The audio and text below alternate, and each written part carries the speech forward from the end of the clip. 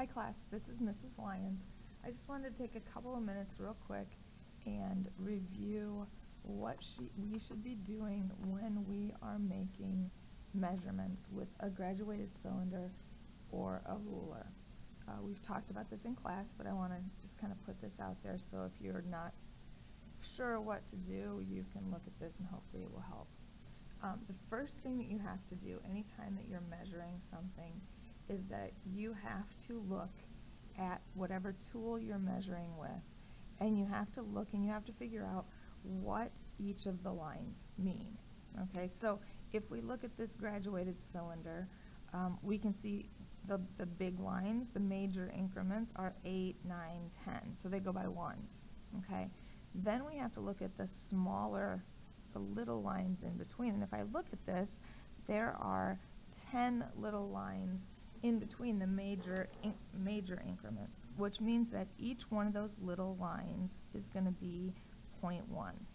Okay, so each one of these lines is equal to 0.1 milliliters. Okay, so the thing that we have to remember when we measure is you're going to use as many certain digits as possible.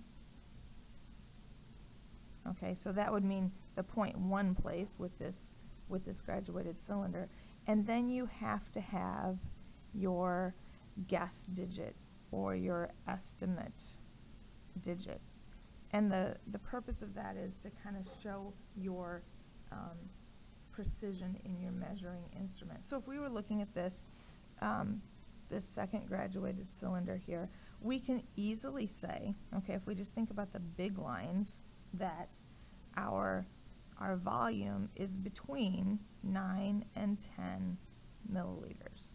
All right, but we can go a step further than that, because if we look really close, if we measure at the bottom of the meniscus, we can see that our volume is between 9.0 and 9.1 milliliters. Okay, so now we need to make our estimate digit, and in this case we're going to have one more place. So I'm going to estimate that I think that is a little less than halfway between the 9.1 and the 9.0 and the 9.1. So I'm going to say that I think this measurement is 9.04 milliliters. Now, if you say 9.05 milliliters, if you say 9.06 milliliters, if you say 9.03 milliliters, any of those are going to be correct, because this last digit is your estimate digit. Okay, so your estimate, the way you look at it, may be a little bit different than the way that I look at it. Okay, so the key is to always use one more decimal place than you have markings on the instrument you're measuring with. So let's flip over here to the examples where you're supposed to use a ruler to measure. All right, and I'm going to just look at, let's see, can we use this ruler or not?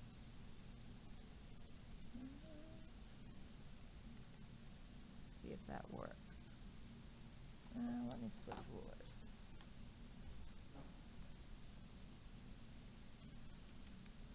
Okay, so we're going to go with this ruler, and we're going to measure this third line.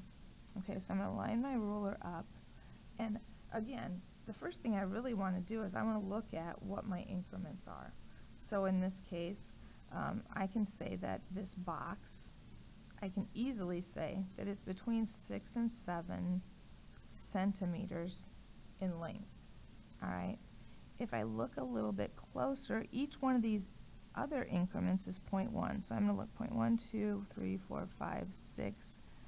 I think it's a little bit more than 6.7, but it's not quite 6.8.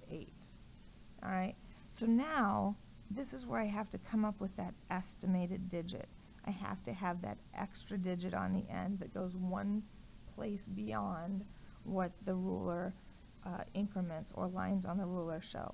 So I'm going to say it's just a tad over 6.7, so I would actually say this is about 6.72 centimeters.